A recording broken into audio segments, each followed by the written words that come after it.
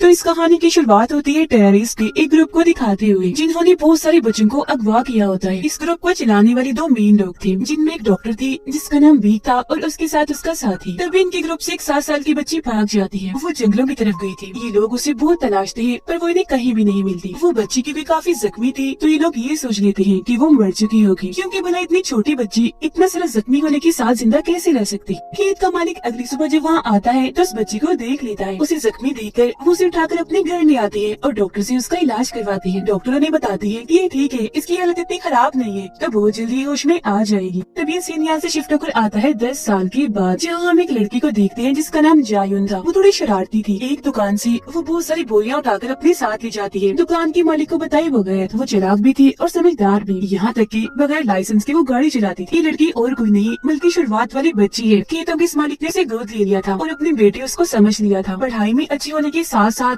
वो अपने डैड के साथ भी काम करवाती थी। अक्सर उसे सिर दर्द की दौरे पड़ा करती थी, जिस दौरान उसे अपनी माजी की बातें, अपने गुजरे हुए वक्त की बातें याद आने लगती है। गुजरी हुई यादें इतनी भयानक होती थी कि उसका सर फटने वाला हो जाता था। एक दिन जायुन की दोस्त उसे एक सिंगिंग कंपटीशन जहाँ गानों का मुकाबला होता है उसकी वीडियो दिखाती है, जिसमें अगर कोई हिस्सा लेगा और जीतेगा तो उसे बहुत सारे पैसे दिए जाएंगे। ये वीडियो देखकर जायुन काफी खुश हो जाती है और इस कंपटीशन में हिस्सा लेने का फैसला करती है ताकि वो जीते, क्योंकि उसे पैसों की जरूरत थी। वो अपनी फैमिली की मदद करना चाहती थी। फिर इस कंपटीशन का टेस्ट देने के लिए वो चली जाती है, जहाँ पर उसका गाना सुना जाता है, चेक करने के लिए कि वो कितना अच्छा गाती है। और वो यहाँ गाना तो गाती है, साथ ही एक जादू भी करके दिखाती है। माइक को हवा में कर देती है। जो चीज जाहिर है काफी अलग थी, जिस बात को जाहिर कर रही थी कि उसके अंदर सुपरनेचुरल पावर्स है, जिससे हम समझ पाते हैं कि उसके अंदर कुछ तो ऐसा है जो उसे बाकियों से अलग बनाता है। अब उसका ये पहला राउंड कामयाब रहता है। उसके माँ बाप देखते हैं कि जायुन ने वहाँ पर जादू भी किया है, तो वो थोड़ा परेशान हो जाते हैं। तो वो जायुन को ऐसा करने से मना करती है, क्योंकि अगर वो ऐसा करती रही तो उसकी असलियत सबके सामने आ जाएगी, जिससे वो हमेशा के लिए अपने माँ बाप से दूर हो जाएगी, जो वो नहीं चाहती। अगले दिन ट्रेन से जायुन सिंगिंग स्टूडियो जा रही होती है, क्योंकि अगले राउंड के लिए उसे बुलाया गया था। तभी उसकी सीट के सामने बैठा हुआ इंसान, जिसका नाम नोबल मैन था, उससे बात करने की कोशिश करता है। कहता है कि मैं तुम्हें जानता हूँ, और फिर थप्पड़ का इशारा करके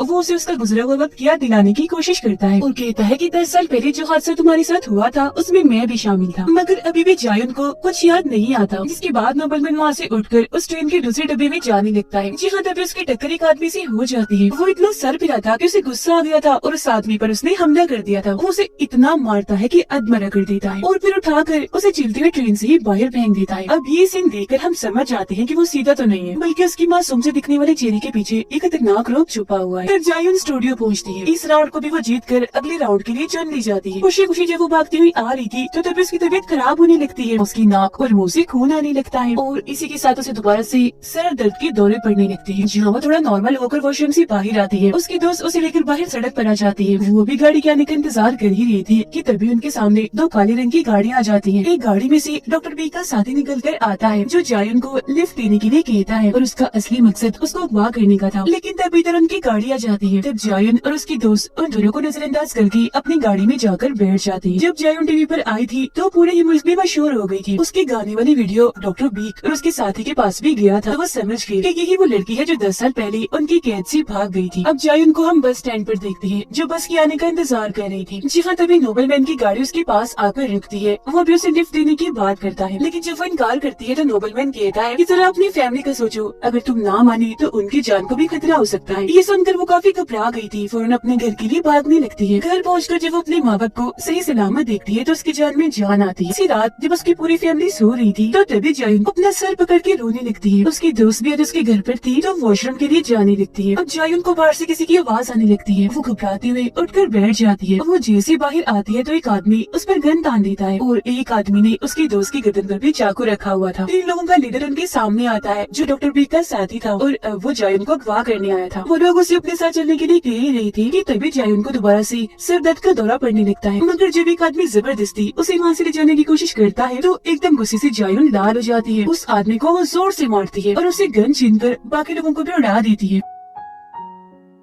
अब उसे यकीन नहीं आ रहा था खुद पर कि नॉर्मल होने के बावजूद भी मैंने ऐसा कैसे कर लिया। तभी यहाँ नोबलमैन और उसके साथी आ जाते हैं। वो उससे कहते हैं, मैंने तुम्हें कहा था ना कि मैं तुम्हें जानता हूँ, तुम इंसानों की तरह नॉर्मल नहीं हो बल्कि सबसे हट कर हो। यही वजह है कि मैं और वो लोग तुम्हारे पीछे पड़े हुए थे। अगर तुम मेरे साथ चली तो तुम्हारा ही फायदा है, तुम्हारी याददाश्त भी वापस आ जाएगी। जायुन चलने के लिए मान जाती है। वो उसे अपने साथ गाड़ी में बिठाकर एक रिसर्च लैब में लाती है जहाँ उसकी मुलाकात होती है डॉक्टर बीक से। डॉक्टर बीक जैसे जायुन को देखती है काफी खुश हो जाती है और कहती है कि मुझे लगा था तुम मर गए हो, लेकिन जब तुमने टीवी पर आकर वो जादू किया तो मुझे यकीन आ गया कि तुम वही हो और मेरी हिम्मत जो खत्म हो गई थी दोबारा से लौट आई। अभी भी उसे कुछ याद नहीं आ रहा था और उसकी नाक और मुंह से फिर से खून आने लगता है। डॉक्टर बीक जो दूसरे कमरे में बैठकर उससे बातें कर रही थी हंसने लगती है और अपने डॉक्टर को उसे इंजेक्शन लगाने का कहती है। तब वो ऐसे ही करता है और उसे इंजेक्शन लगा देता है। यह डॉक्टर बीक उसे बताती है कि असल में तुम इंसान के रूप में विच हो, चुड़ैल हो और अब तुम्हें सब याद आ जाएगा। तुम्हें अपने गुजरे हुए वक्त और अपनी शक्तियों के बारे में भी पता चल जाएगा, इन्हें सुपर नेचुरल पावर्स के बारे में। लेकिन हाँ, हम ये इंजेक्शन तुम्हें हर रोज नहीं देंगे, तो इसीलिए तुम्हारी नाक और मुंह से खून निकलता रहेगा, इसमें घबराओ मत। अब डॉक्टर बीक का मकसद ये था कि वो इंजेक्शन लगाकर उसको अपने लिए इस्तेमाल करे। लेकिन अब कहानी यहाँ पर एक बड़ा ही अलग मोड़ लेती है। जायुन अचानक ही मुस्कुराने लगती है और कहती है कि तुम्हें क्या लगता है, तुम मुझे याद आई हो कि तुम गलत हो, क्योंकि मैं यहाँ कूद आना चाहती थी ताकि तुम मुझे ये इंजेक्शन लगा दो, क्योंकि इससे मेरी जिंदगी के कुछ और साल बढ़ गए। हालांकि बीमारी की वजह से मेरी कुछ दिन के बाद मौत हो जानी थी, लेकिन शुक्रिया, तुमने मेरा ये काम आसान कर दिया। जिसके बाद वो बड़ी खतरनाक अंदाज से उठती है और अपनी ताकतों से वहाँ पर मौजूद सारे ही डॉक्टर्स को मार डालती है। जिसके बाद वो बाहर आकर इस पूरी लैब के सारे ही लोगों को मारने लगती है। अब यहाँ मैं आपको बता दूं कि जायुन के अंदर ये ताकतें कैसी है, क्योंकि असल में वो सचमुच विच है, चुड़ैल है। जब भी तो वो इतनी छोटी सी उम्र में इनकी कैद से भाग गई थी, क्योंकि बचपन से उसके पास सुपर नेचुरल पावर्स थी और वो उस वक्त डॉक्टर बी की बहुत सारे लोगों को मारकर वहाँ से भाग गई थी। पूरी फिल्म में बस वो ड्रामा ही कर रही थी। असल में उसे अपना गुजरा हुआ वक्त सारा का सारा याद था और सिंगिंग कॉम्पिटिशन में हिस्सा उसने इसलिए नहीं लिया था कि उसकी फैमिली को पैसों की जरूरत है, बल्कि इसलिए लिया था ताकि वो डॉक्टर बीक तक पहुँच सके। और ये सारा उसका प्लान था। उसका जादू करना, नोबलमैन से मिलना, अगवा होना, सब इसमें शामिल था। प्लान के मुताबिक यहाँ पर आकर वो सबको मार डालती है अपना बदला लेने के लिए। वो फिर डॉक्टर बी की टांग में गोली मारती है और कहती है कि तुमने कैसे सोच लिया मैं तुम्हें भूल गई। मैं तुम्हें और उस दिन को कैसे भूल सकती हूँ जब तुमने मुझे दर्द दिया था, जिसमें हर रोज में तड़पा करती थी। वो उसे एक और गोली मारती है कि तभी यहाँ पर नोबलमैन आ जाता है जो जायुन पर गन पॉइंट कर देता है। अब नोबलमैन में जायुन जैसा एक बच्चा था जिसे डॉक्टर बीक ने अपने पास अगवा किया था, लेकिन उसके पास जायुन जैसी शक्तियाँ नहीं थी। यही वजह थी कि जायुन से वो जलता था, उसके पीछे पड़ा हुआ था। तभी इधर डॉक्टर बीक का साथी आता है जायुन के पास और उसे डॉक्टर बीक की इस साथी की हैवानियत के बारे में भी याद आ जाता है कि कितना बेरहम है। उस रात इसने मेरे साथ बहुत गलत किया था। इससे पहले कि वो उस पर हमला करता, जायुन उसे पकड़ लेती है और काफी बुरी तरह मारती है। वो उसके जिस्म को काफी मरोड़ती है, उसकी हड्डियाँ तोड़ देती है, जिससे आखिरकार उसकी मौत हो जाती है। अब सिर्फ दो लोग बचते हैं, जायुन और नोबलमैन, जहाँ इनकी भी काफी जबरदस्त किस्म की लड़ाई होती है। दोनों एक दूसरे पर भारी पड़ रहे थे, लेकिन बाद में आखिरकार जायुन उसे मार डालती है। मरते मरते वो नोबलमैन से हेडक्वार्टर मेन ऑफिस के बारे में पूछती है, जहाँ जाकर वो अपनी बीमारी का इलाज ढूंढ सकती है। जब वो उसे बता देता है तो जायुन उसे मार डालती है। फिर वो जाती है हॉस्पिटल अपने माँ बाप के पास, क्योंकि उसकी मदर की तबीयत काफी खराब थी। अब यहाँ जायुन के डैड उसे एक और सच्चाई बताते हैं कि उस दिन जब तुम मुझे जख्मी मिली थी तो मैं जान गया था कि तुम एक विच हो, क्योंकि तुम्हारे वहाँ आते ही फार्म के बहुत सारे जानवर मर गए थे। हालांकि मैं तुम्हें दूर भेजना चाहता था, पर तुम्हारी मोम के कहने पर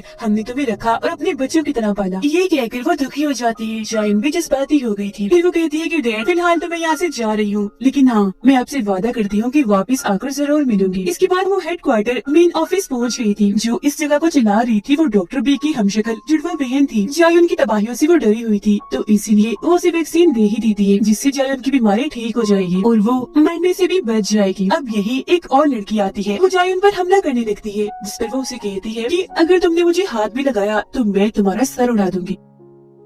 इसके बाद ये सीन यहाँ से शिफ्ट होकर आता है एक छोटी बच्ची पर, जो जायुन जैसी ही दिख रही थी और खून में लथपथ थी। वो एक अनजान जगह पे खड़ी हुई थी। यहीं पर हम बहुत सारे मरे हुए जानवरों को देखते हैं, जिन्हें और किसी ने नहीं बल्कि इसी बच्ची ने मारा था। तो यहाँ हम समझ पाते हैं कि ये भी विच है और इसके पास भी सुपर नेचुरल पावर्स हैं। ये पहले इंसान ही थी, जिसके बाद पहले इसे म्यूटेंट बनाया, फिर इसमें कुछ तब्दीलियाँ करके विच बना दिया गया। इस बच्ची को सभी आर्क वन के नाम से जानते हैं। यही आर्क वन को अपनी मोम की आवाजें आने लगती है, जो कि उसे बुला रही थी। वो अभी वहाँ खड़ी ही थी कि तभी डॉग आकर अचानक से उस पर हमला कर देता है, जिसके बाद ये सीन यहाँ पर कट हो जाता है और हम कुछ वक्त पहले की कहानी देखते हैं, जहाँ हम एक बस में दो स्कूल की लड़कियों को देखते हैं। हेडफोन वाली लड़की अपनी दोस्त को कहती है कि मैं प्रेग्नेंट हूँ, यानी कि मैं माँ बनने वाली हूँ, पर हाँ तुम ये बात किसी को भी मत बताना, राज रखना। ड्राइवर एक अनजान सड़क पर गाड़ी को मोड़ लेता है, तभी कुछ मास्क पहने हुए लोग बस के अंदर घुस आए थे और उन्होंने हर तरफ जहरीली गैस फैला दी थी, जिससे उस प्रेग्नेंट लड़की समेत सारे ही लोग बेहोश हो जाते हैं। मास्क पहने लोग उस लड़की को उठाकर अपने साथ ले जाते हैं और जब उसे होश आती है तो वो खुद को डॉक्टर बी के सामने पाती है। यहाँ पर खबरों में इस लड़की की बस के बारे में बताया जा रहा था कि बस एक खाई में गिर गई है, जिस वजह से इसमें मौजूद सारे के सारे लोग मारे गए हैं। ये देखकर उस लड़की को काफी दुख होता है। वो फिर डॉक्टर बिग से पूछती है कि आखिर मैं यहाँ पर क्यों हूँ और मैं माँ बनने वाली हूँ, तो प्लीज मुझे यहाँ से जाने दिया जाए। जैसे उनका डॉक्टर भी कहती है कि हाँ मैं जानती हूँ तुम माँ बनने वाली हो, और वो भी एक नहीं दो बच्चों की, यानी जुड़वा बच्चों की, और उन बच्चों को हम अपने एक्सपेरिमेंट के लिए, तजुर्बे के लिए इस्तेमाल करेंगे ताकि उन जैसे और क्लोन्स डुप्लीकेट हम बना सके। जिस बात की उस लड़की को जरा भी समझ नहीं आती। जिसके बाद ये कहानी दोबारा से शिफ्ट होकर आती है प्रेजेंट टाइम में, मौजूदा वक्त में। यहाँ पर हम कुछ म्यूटेंट्स को देखते हैं जो काफी ताकतवर थे, क्योंकि उन्हें भी इंसानों से बदलकर म्यूटेंट्स बनाया गया था। ये सारे म्यूटेंट्स डॉक्टर बी के लैब में जाकर वहाँ पर सबको मार डालते हैं, क्योंकि यही उनका मिशन था। उनके जाने के बाद हम वहाँ एक लड़की को देखते हैं जो खून में लथपथ थी, लेकिन हैरत वो अभी भी जिंदा थी और आसानी से चल फिर भी पा रही थी। जैसे वो बाहर आती है उसके सर में जोर से दर्द होने लगता है। उसकी ताकतें इतनी ज्यादा बढ़ जाती है कि हम उसके आसपास सारी चीजों को हवा में उड़ते हुए देख पाते हैं। उसे अपनी मोम की आवाजें सुनाई दे रही थी जो उसे अपने पास बुला रही थी। उसकी नाम एक अनजान जीवन में होती है, जिससे हम समझ पाते हैं कि ये लड़की और कोई नहीं बल्कि आर्क-1 है। उस वक्त वो बच्ची थी पर आज प्रेजेंट टाइम में वो बड़ी हो गई है। अब आर्क-1 चलते चलते सड़क पर आ गई थी, जिसमें गाड़ी काफी स्पीड से उसके बहुत ही पास से होकर गुजरती है, पर वो उससे जरा भी नहीं डरती, इसीलिए वो गाड़ी आगे जाकर रुक जाती है। वो गाड़ी फिर दोबारा से पीछे आकर आर्क-1 के पास आके रुक जाती है। गाड़ी में बहुत सारे आदमी थे जो सारे गुंडे लग रहे थे। गुंडों का बॉस आर्क-1 से इसके बारे में पूछता तो है, पर वो कोई जवाब नहीं देती। वो फिर आर्क-1 को अगवा करके अपनी गाड़ी में बिठा लेता है, क्योंकि वो लोग एक लड़की जो बिजनेसमैन थी उसे अगवा करके अपने साथ ले जा रहे थे। और गुंडों के बॉस का मानना था कि अगर आर्क-1 ने हमारी गाड़ी देख ली है तो ये हमारे लिए मुसीबत बन सकती है। इसके लोग आर्क-1 को परेशान करने और उस लड़की को मारने लगते हैं, जिस वजह से आर्क-1 को इतना गुस्सा आ जाता है कि यहाँ पर उसे अपनी शक्तियों का इस्तेमाल करना ही पड़ता है। वो उन्हें एकदम से काफी बुरा मारने लगती है। उठा कर एक एक करके उनको गाड़ी से बाहर फेंकती जा रही थी, किसी को सामने वाले शीशे से, किसी को दरवाजे से, तो किसी को पिछली साइड से, जिससे उनकी गाड़ी का एक्सीडेंट हो जाता है और सारे गुंडे मारे जाते हैं, सिवाय गुंडों के बॉस के, उस लड़की के और आर्क-1 के। ये बच गए थे। फिर आर्क-1 जब गुंडों के बॉस को मारने के लिए आगे बढ़ती है तो जमीन के मालिक उसे ऐसा करने से रोक देती है, तो वो ऐसे ही करती है, उसे नहीं मारती, छोड़ देती है। यहाँ हम जान पाते हैं कि गुंडों का बॉस जमीन के मालिक को जबरदस्ती अपने साथ क्यों ले जा रहा था, क्योंकि वो उसकी जमीन खरीदना चाहता था, मगर जमीन के मालिक ऐसा करना नहीं चाहती थी। तो गुंडों का बॉस उसे इसीलिए ले जा रहा था ताकि उसे मार डाले। फिर जमीन की मालिक अपने अंकल को कॉल करती है ताकि वो यहाँ पर आए और उसे अपने साथ ले जाए। फिर जैसे उसकी अंकल यहाँ पर आती है, आर्क-1 को छूने लगता है। उसकी तबीयत खराब हो गई थी, नाक और मुंह से खून आ रहा था, जिसके साथ ही वो बेहोश हो जाती है। इसी वजह से जमीन की मालिक आर्क-1 को भी गाड़ी में डालकर अपने साथ ले जाती है। घर आकर हम देखते हैं कि उसकी अंकल एक डॉक्टर है। वो आर्क-1 के जिस्म से सारी गोलियां निकाल तो देती है, पर हम ये देखकर काफी हैरान रह जाते हैं कि उसके सारे के सारे जख्म अपने आप ही ठीक हो रहे हैं। उसके अंकल को लगता है कि शायद मैं शराब के नशे में हूँ, तो इसीलिए मुझे ऐसा नजर आ रहा है, ये सिर्फ मेरा वहम है। इसके बाद हम एक सोल्जर, एक फौजी लड़की को देखते हैं जो खून में लथपथ थी और उसके पास बहुत सारी लाशें पड़ी हुई थी, क्योंकि उसने एक रिसर्च लैब में घुसकर बहुत सारे म्यूटेंट्स को मार दिया होता है। यहाँ सोल्जर लड़की के साथ उसका साथी भी था। उनकी बातों से हम समझ पाते हैं कि ये दोनों भी डॉक्टर बी के लिए ही काम करते हैं और डॉक्टर बी के ही कहने पर इन्होंने बहुत सारे म्यूटेंट्स को मार दिया। इस सोल्जर लड़की को देखते हैं जो अपने हाथों से अपने जिस्म में घुसी गोली को निकाल रही थी। उसका जिस्म अचानक ही बदलने लगता है, जिससे हम समझ पाते हैं कि वो खुद भी एक म्यूटेंट है, उसका साथी भी म्यूटेंट है। इसी वजह से उसके सारे जख्म अपने आप ही ठीक होते जा रहे थे। डॉक्टर बिग से मिलने जाती है। वो उसे हुक्म देती है कि कैसे भी करके आर्क-1 को ढूंढो और उसे मार डालो, क्योंकि वो भाग चुकी है और वो तुम्हारी ही तरह एक खतरनाक म्यूटेंट है। फिर सोल्जर लड़की को एक डिवाइस देती है जिसकी मदद से वो आर्क-1 को ढूंढेगी, क्योंकि इन्होंने आर्क-1 के जिस्म में एक चिप लगाई हुई है ताकि ये उसे ट्रैक कर सके, ढूंढ सके। सोल्जर लड़की और उसका साथी जो वहाँ से जा रही थी, उन्हें महसूस होता है जैसे उनका कोई पीछा कर रहा है। तब सोल्जर का साथी गाड़ी रोककर उन लोगों से लड़ने लगता है। वो इस पर अपना काफी भारी हथियार फेंकती है और ये बड़ी आसानी से सिर्फ अपने हाथ से उसे रोक लेता है। पेड़ों पर चढ़ चढ़ कर उन्हें मार रहा था और पेड़ तो टूटते ही जा रहे थे। वो फिर उनकी डिवाइस की मदद से ही उन्हें उठा उठाकर काफी दूर मारता है। उन्हें खत्म करने के बाद सोल्जर लड़की अपने साथी को कहती है कि ये काम जरूर हमारे पुराने साथी म्यूटेंट्स के लीडर का है, जिसके लिए 10 साल पहले मैं काम करती थी। तो इसीलिए वो खुद अपने बॉस म्यूटेंट्स के लीडर से मिलने जाती है और उनकी बातों से हमें पता चलता है कि ये सोल्जर लड़की और कोई नहीं बल्कि जायुन है।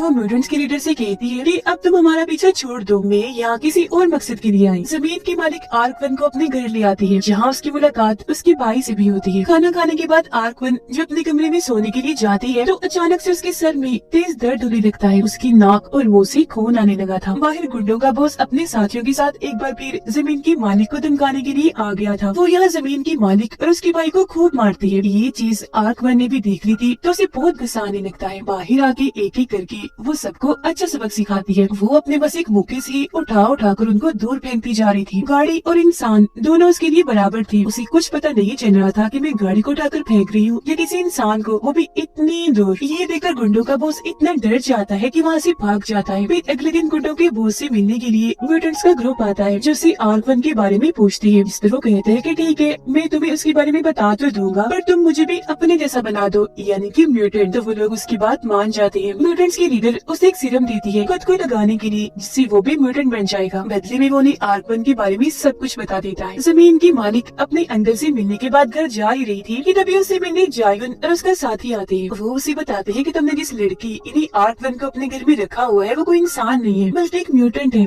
एक विच है। वो जमीन की मालिक को धमकी देती है कि तुम उसे हमारे हवाले कर दो वरना हम तुम्हारे भाई को मार देंगे। अपने भाई की जान बचाने के लिए उसे मानना ही पड़ता है। अब प्लान के मुताबिक जायुन ने उसे कहा था कि रात होते ही अपने भाई को लेकर घर से निकल जाना, जिसके बाद हम तुम्हारे घर आएंगे और आर्क-1 को पकड़ लेंगे। लेकिन जब जमीन की मालिक घर पहुंचती है तो अपना इरादा बदल लेती है। आर्क-1 को वो वहाँ से जाने का इशारा करती है। तभी इधर गुंडों का बॉस आ जाता है जो जमीन की मालिक को गोली मार देता है। उसका भाई आर्क-1 को यहाँ से भागने का रास्ता दिखाकर खुद अपनी बहन को बचाने के लिए वापस चला जाता है। जमीन की मालिक ने जायुन की बात नहीं मानी थी, इसीलिए उसे गुस्सा आ गया था और एक मिसाइल से जमीन की मालिक के घर को उड़ा देती है ताकि इस मिसाइल की हमले से आर्क-1 मारी जाए। लेकिन वो तो पहले ही वहाँ से निकल चुकी थी। गुंडों का बॉस जैसे ही जमीन की मालिक के भाई को मारने वाला होता है कि तभी यहाँ पर जायुन और उसका साथी आकर उसे बचा लेते हैं। जायुन के आदमी से म्यूटेंट ग्रुप की लड़की लड़ने लगती है और उसे जान से मार डालती है क्योंकि ये म्यूटेंट्स भी गुंडों के बॉस के साथ यहाँ पर आए थे। एक तरफ जायुन म्यूटेंट्स के बॉस से लड़ती है जबकि उसका साथी बाकी म्यूटेंट्स को मार रहा था, पर म्यूटेंट्स का वो ग्रुप इन दोनों पर भारी पड़ रहा था। वो जायुन और उसके साथी को बहुत मारते हैं। वो काफी जख्मी हो गई थी, उनकी हालत से लग रहा था कि वो मर जाएंगे। आर्क-1 जो कि मिसाइल से बेहोश हो गई थी उसे होश आती है। वो वापस आती है। हम उसके सुपरनेचुरल पावर्स को देख पाते हैं क्योंकि आसपास की सारी चीजें हवा में उड़ने लगी थी और एक ही झटके में वो 3 म्यूटेंट्स को बड़ी आसानी से मार गिराती है। म्यूटेंट्स की लीडर अब चुपके चुपके जैसे यहाँ से भागने वाली होती है तो तभी वहाँ जायुन आ जाती है जो उस म्यूटेंट को कहती है कि तुम तो उसकी जान के दुश्मन बन गए हो। इतना कहकर वो उसे चाकू से मार देती है। वो अब यहाँ ये राज खोलती है कि आर्क-1 को मैं इसलिए ढूंढ रही हूँ क्योंकि वो मेरी बहन है। जी हाँ बिल्कुल, ये दोनों बहनें हैं, लेकिन क्योंकि इनकी मॉम किसी चेम्बर में फंसी हुई है तो अब इन्हें जाकर अपनी मॉम को ढूंढना है। जिसके बाद जायुन आर्क-1 अपने साथ ले जाती है। जिसके बाद डॉक्टर बी को भी खबर लग जाती है कि दोनों बहनें आपस में मिल गई हैं। वो जानती थी कि वो दोनों अपनी मॉम को तलाश करते हुए यहाँ पर आएंगी और इसी के साथ इस कहानी के दोनों पार्ट्स इधर ही खत्म हो जाते